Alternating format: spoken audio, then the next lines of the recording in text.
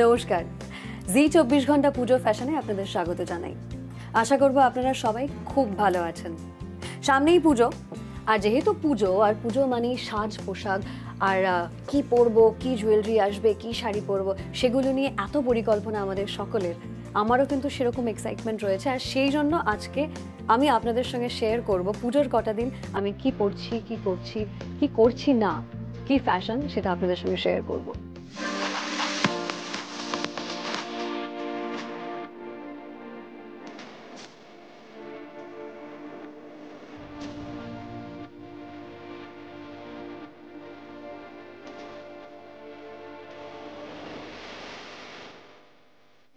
এখন যে সাজে আমি আছি সেটা আমার ষষ্ঠীর সকালের সাজ।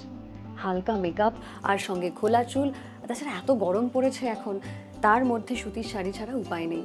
তার সঙ্গে আমার প্রিয় রূপোর গয়না, আমার খুব পছন্দের। আমি যে কোনো শাড়ি যে কোনো সাজের সঙ্গে পরি, আপনারাও ট্রাই করতে পারেন, খুব ভালো লাগবে, সকালে সাজের জন্য পারফেক্ট। আমার ষষ্ঠীর সকালে সাজের পেছনে যাদের হাত রয়েছে, যাদের পরিকল্পনা রয়েছে, আমি এখন তাদেরকে ডেকে নেব। অনুপম দা প্লিজ এসো। পরমা, অনুপম দা আমাদের স্টাইলিস্ট, ওভারঅল সমস্ত পোশাক পরিকল্পনা তুমি করেছো, কোনটার সাথে কি যাবে, কোন ইয়ারিংটা ভাল লাগবে, আর পরমা এই পোশাকের ডিজাইনার। এই যে তোমরা ভেবেছো এই সাজটা, কি মাথায় রেখে ভেবেছো? অনেক কিছু প্ল্যান আছে, কারণ এবছর 24 ঘন্টা পুজোর ফ্যাশনে আমরা ঈশাকে স্টাইল করছি, আমি আর পরমার ফ্যান্টাস্টিক জামা কাপড়, সুন্দর শাড়ি এবং হ্যান্ডলুম শাড়ি অ্যান্ড ব্লাউজ, আর তার সাথে আমরা প্ল্যান করেছি, কিন্তু লুকটা এখনও ইনকমপ্লিট আছে। এত তাড়াহুড়ো আমরা করছি, বালাটা পরানো হয়নি, কারণ এটা আমি পরিয়ে দেব। আর ঈশার এটা আমার যে লুকটা করেছি, এটা একদম পুজো আমরা খুব সাটল ওয়েতেই শুরু করছি, এবং আস্তে আস্তে আমরা একটু গ্ল্যামারাস দিকে যাব, কারণ অনেকই ওর কাজ থাকে, জাজিং থাকে, অনেক ইভেন্টসে ওপেনিং থাকে, অনেক কিছু থাকে। কারণ ও যেহেতু বাইরে বেরোয়, তার জন্য আমাকে সব থেকে মাথায় রাখতে হয় যে ওকে কমফর্ট কি করে রাখা যায়। এক্স্যাক্টলি, মানে আর যাই করি না কেন কমফর্টটা মাথায় রাখতে হবে। Exactly, and the reason behind consulting with Poroma, because she is absolutely a sustainable brand and she make all handloom and khadi stuff. আর শাড়ির ডেসক্রিপশনটা ওটা তো পরমাই বলতে পারবে, তো ওকে আমি একটা রেগলেন স্লিভে ব্লাউজ দিয়েছি, আর হ্যান্ডলুম শাড়ি, আমরা একটু কাঁথা দেখতে পাচ্ছি, আর সিলভার ইয়াররিং, আর তার সাথে একটা হাতে সিলভার বালা দিয়েছি। মানে এটা খুব সহজে ইজিলি প্রত্যেকে করতে পারেন, এবং ঈশারও ভীষণ প্রতিদিন বেরোনো থাকে, তো তার জন্য হয়তো আমি পৌঁছতে পারলাম না ওকে সাজানোর জন্য, তো ও নিজেও এভাবে যাতে রেডি হয়ে যেতে পারে সেভাবেই লুকটা করা। ভীষণ আরাম, আমি বলে বোঝাতে পারবো না এখন আমাদের because of the weather, exactly. খুব ভালো লাগছে। তো now up to Parama sari blouse কিরকম বানিয়েছে যদি বলো। এইটা হচ্ছে একদমই হ্যান্ডলুম, বেঙ্গল হ্যান্ডলুম, আর পুরোটা হাতে বোনা শাড়ি, তার উপর হাতে আমাদের শান্তিনিকেতনের ইউনিট থেকে কাঁথা করা। আর আমাদের কাঁথার মোটিভগুলো একটু আলাদা, কারণ এখানে তুমি দেখবে যে ছোট্ট ছোট্ট পেজলি কাঁচের কাজ আছে, যেটা কাঁথার শাড়ির মধ্যে, যাতে একটু গ্ল্যামারও থাকলো, আবার কাঁথার যে একটা নিজস্ব বৈশিষ্ট্য আছে সেটাও থাকলো। আর এটা একদম পপ আপ কালার, অরেঞ্জ, তার সাথে রানী পিঙ্ক, সকালবেলার জন্য ভীষণ সুন্দর। সকালবেলা আবার কেউ এটাকে ড্রেস আপ করে রাত্রেবেলাও পরতে পারবে, আর তার সাথে টার্কয়েজ ব্লু এর বিভিন্ন শেডে এমব্রয়ডারিটা করা। আর ব্লাউজ যেটা স্লিভলেস ব্লাউজ দিয়েছি, বিকজ অবভিয়াসলি তোমার গরমটাও মাথায় রাখতে হবে, পুজোর সময় তো সেই রকম ঠান্ডা পড়ে না। এটা একটা জামদানি, হাতে বোনা জামদানি ব্লাউজ, আর এখানে এমব্রয়ডারি করা গলার কাছটাতে। আর দুটো আমার মনে হয় কমপ্লিমেন্টিং ইচ আদার, কারণ দুটো ফ্যাব্রিকই হচ্ছে আমাদের একদম নিজস্ব বেঙ্গল ফ্যাব্রিক, জামদানি বলো আর এইটা যে তাঁতের একটা শাড়ির উপরে কাঁথা করা, এগুলো একদম কুইন্টেসেনশিয়ালি বেঙ্গল। তো ওটা আমি চেয়েছি যে যাতে পুজোর লুকে থাকে একদম। আর কি বলতো, বেশি ইন্টারেস্টিং লাগছে, এত লাইট মেকআপ হয়েছে, ইভেন লিপস্টিকটাও আমি খুব বেশি পরিনি, জাস্ট গ্লস দিয়েছি, বেশ মানে দিনের বেলার জন্য পারফেক্ট। দারুণ দারুণ ফিল করছি, সেটা খুব ইম্পর্টেন্ট। বলো, আমরা হালকা এনজয় না করতে পারি, একদমই হচ্ছে, কারণ নতুন শাড়ি, নতুন গয়না, নতুন সাজ, পুজো তো ফিল হচ্ছে। তাছাড়া সত্যি বলতে একটু দেরি করে এলো, কিন্তু ওই মেজাজটা ফাইনালি এসেছে, ভালো লাগছে।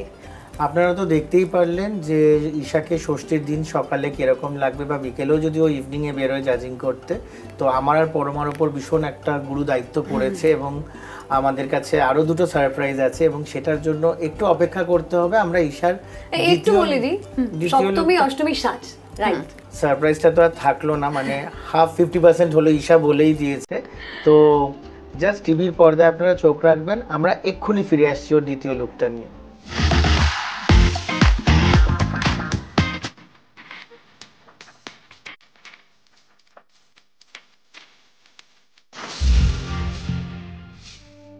সপ্তমীর সাজা নিয়ে একদম তৈরি, আপনারা দেখতেই পাচ্ছেন।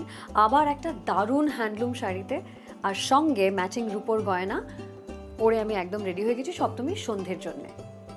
সপ্তমীর সন্ধ্যেবেলা কি করি আমরা, একটু লাইট সাজি, কারণ পরের দিন সকালে অষ্টমীর অঞ্জলি নিতে হবে সকালবেলা, আর সেই জন্য বেস্ট শাড়ি, বেস্ট গয়না, বেস্ট সাজটা আমরা অষ্টমীর জন্য তুলে রাখি।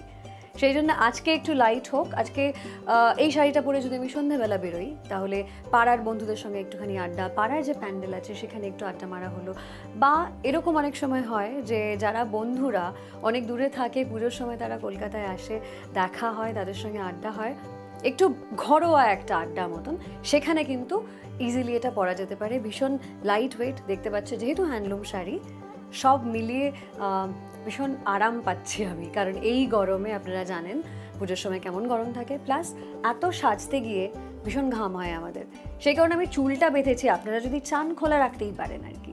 সপ্তমী মানেই তো পুজো রীতিমতন শুরু হয়ে যায়, আর এই যেহেতু সপ্তমীর গল্প হচ্ছে, আমার ছোটোবেলার কথা মনে পড়ছে বেশ কিছু। একদম ছোটোবেলায় যখন আমরা কিছুই বুঝতাম না জামা কাপড়ে, তখন বাড়ির লোকেরা, মা স্পেশালি, থান কাপড় কিনে জামা কাপড় বানিয়ে দিতেন। তখন আমাদের কোনো চয়েস ছিল না। তখন আমার মনে হতো বড়দের দেখে যে কবে বড় হব, কবে বড় হয়ে শাড়ি পরবো, বিভিন্ন শাড়ি বিভিন্ন দিনে পরে ঘুরে বেড়াবো। এখন এত বড় হয়ে গেছি যে শাড়ি ছাড়া আর কিছু পরি না, পুজো মানেই শাড়ি। বিভিন্ন দিনে নিজের ইচ্ছে মতো শাড়ি কিনি। আজকের এই সপ্তমী সাজের পেছনে পরমার আর অনুপমদার কী কী চিন্তাভাবনা রয়েছে সেটা জেনে নেবো, ওদেরকে ডেকে নিই। চলে এসো প্লিজ। চলো বলো তো, এটা কি ভেবে করেছো? আচ্ছা, আমি আজকেও তোমার হ্যান্ডলুমই, এটা তাঁত, কিন্তু তুমি যদি মোটিভটা দেখো, এটা একদম টিপিক্যাল পুরোনো দিনের যে বালুচরি শাড়ি হতো সেটাকে আমরা রিক্রিয়েট করেছি তাঁতের ওপরে।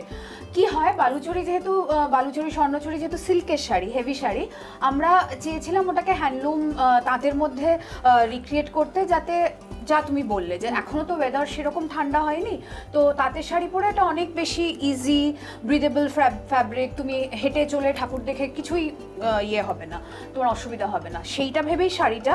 আর পপ আপ মানে করছে যে কালারগুলো, সেইগুলো পিঙ্কের সাথে এ করা, শাড়ির মধ্যেও পিঙ্ক আছে, ছোট ছোট বুটি, সেটার জন্যই ব্লাউজটা আমরা একদম পপ কালার রেখেছি। আর ব্লাউজেও যেটা হ্যান্ড এমব্রয়ডারি করা, সেটাও বালুচরিরই মোটিভ ইয়ে করে, মানে দুটোকে কমপ্লিমেন্ট যাতে করে শাড়ি আর ব্লাউজটা, সেইভাবেই আমাদের মোটিভসগুলো বাছা। শাড়িটা নিয়ে আমার একটা কথা বলার আছে। তুমি বললে তাঁত, তাঁত বলতে আমাদের কি মনে পড়ে? বেশ একটা খসখসে হবে, ফুলে থাকবে। আমি যেরকম তাঁত বলতে ভয় পাই, এটাকে আমার তাঁত মনে হয়নি। আমরা স্টার্চ দিই না, আমরা কোনো শাড়িতে মার দিই না, কারণ লোকে ওই ল্যাটপ্যাচ করবে, সেটাই লোকের পছন্দ। আসলে ওই এই গরমে গায়ে লেপটে থাকবে, প্লাস দেখতে ভালো লাগবে। যারা একটু শরীর নিয়েও হয় না যে আমাকে কি মোটা লাগছে, মানে সেটাও আর কি সলভ হয়ে যাবে একদম, মানে শরীরের সাথে ওটা লেগে থাকবে, তো সেইটা ভেবেই আমরা মারটা দিই না। আর বাকিটা অনুপমের থেকে আমরা শুনে নেব। না, আমরা যেহেতু সপ্তমী সাজ নিয়ে চলে এসেছি, আর মোটামুটি আমরা পুজো মুডে ঢুকে পড়েছি, মানে একদম মাঝামাঝি, মানে অষ্টমী নবমী আর এদিকে পঞ্চমী ষষ্ঠী, মাঝখানে সপ্তমী, তো অটোমেটিক্যালি কালার স্টোরিটা এভাবেই সিলেক্ট করা হয়েছে যে যাতে একটু ডার্কার শেডের দিকে দেওয়া যায়। কারণ ঈশা একবার বেরিয়ে গেলে সকালবেলা, ওর তারপরে কোথায় যাচ্ছে কি করছে কোনো ঠিক ঠিকানা থাকে না, তো সেইটা মাথায় রেখে দিনে বা রাতে দু জায়গায় চলতে পারে, মানে একটু স্টাইলিং চেঞ্জ করে নিলে সেটার সাথে ওটাকে ম্যাচ করে একটা সিলভারের ওপর অ্যান্টিক পলিশ আমি লং নেক পিস পরিয়েছি, যাতে রিলিফ থাকে, যাতে তোর আরাম লাগে, এবং কানে ছোট্ট একটা দুল দিয়েছি যার পাশা, যার সাথে তোমার একটু মুক্ত লাগানো আছে। So automatically that goes with the whole embroidery of the blouse, sari and everything. আর চুলটা যেটা আমরা রেখেছি ওর জন্য হেয়ারও ওরকম একদম ক্যাজুয়াল। আজকাল পুজোর সময়ও না আমরা আসলে সারা বছর এত সাজগোজ নিয়ে কাজ করি বা সাজি, তো ডেফিনেটলি সাজগোজ করব, কিন্তু we always want to do একটু আমরা ক্লিন, একটু ইজি, যাতে স্কিনটা ব্রিথ করতে পারে সেভাবে জামা কাপড় দেওয়া হয়। গয়না এরকম দেওয়া হয় যাতে কোনো চলাফেরা করতে একটু আঁচড় লেগে না যায় বা কিছুতে ইজিলি জিনিসটা করা যায়, সেরমভাবে করা হয়েছে। এই শোনো না, তুমি অষ্টমীতে কি হয়েছে একটু বলো। দেখো পুরোটা বলছি না এক্ষুনি, কিন্তু আমি যেটা ভাবি অষ্টমী মানেই আমার কাছে ভীষণ লাল পাড়, হালকা দেখতে রং, পাচ্ছি আমি। হালকা রং, লাল পাড়টাই যাতে সব থেকে বেশি হাইলাইটেড হয় সেরকম ভেবেই আমি অষ্টমীর লুকটা প্ল্যান করেছি। ব্যাস আমি বাকিটা ভেবে ফেলেছি, লাল পাড় তার সঙ্গে লাল টিপ, সবটা বলবো না, সরি। আসছি আমরা এক্ষুনি অষ্টমীর সাথে।